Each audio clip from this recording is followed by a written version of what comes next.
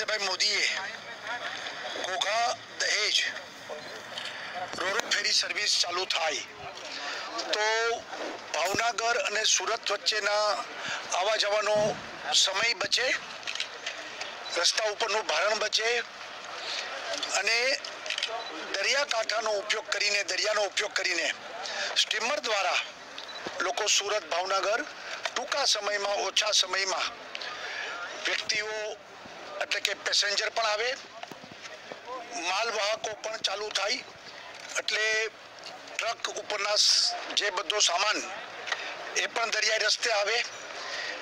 એ હેતુથી આદરણીય નરેન્દ્રભાઈએ આ પ્રોજેક્ટ ચાલુ કર્યો છે. મને આનંદ છે કે ગઈકાલે હું દહેજ પણ હતો અને દહેજની સાઇટ ઉપર પણ જીએમબીના અધિકારી અને જે એસઆર કંપની કામ કરે છે એમના લોકો પણ ત્યાં હતા. આજે જોગાનું જોગ ભાવનગર આવવાનું થયું એટલે ઘોઘાનો છેડો પણ મેં આગ્રહ રાખ્યો કે આપણે ત્યાં પહેલાં જશું અને પછી ભાવનગરના કાર્યક્રમ શરૂ કરશું. એટલે બંને જગ્યાએ સાઇટ વિઝિટ થઈ ગઈ છે. હવે લગભગ 85% વધુ કામ પતી ગયું છે.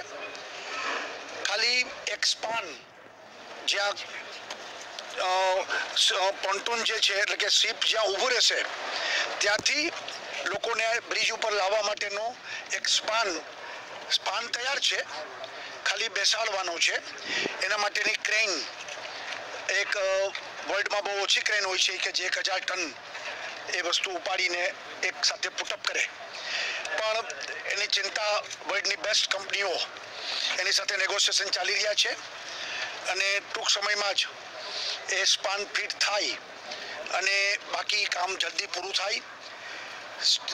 અદ્યતન સ્ટીમર કોરિયા અને ચાઇના ત્યાં પણ લોકોને મોકલી રહ્યા છીએ. સ્ટીમરની કન્ડિશન, એનઓસી અને એની મંજૂરી એ પણ ઝડપથી આવી જશે અને આશા છે કે આપણે 15 ઓગસ્ટની આસપાસ સાહેબ આ ફેરી સર્વિસ ચાલુ કરી અને વર્ષો જૂનું ભાવનગરના લોકોની જે લાગણી અને સુરતના લોકોની જે લાગણી એ મને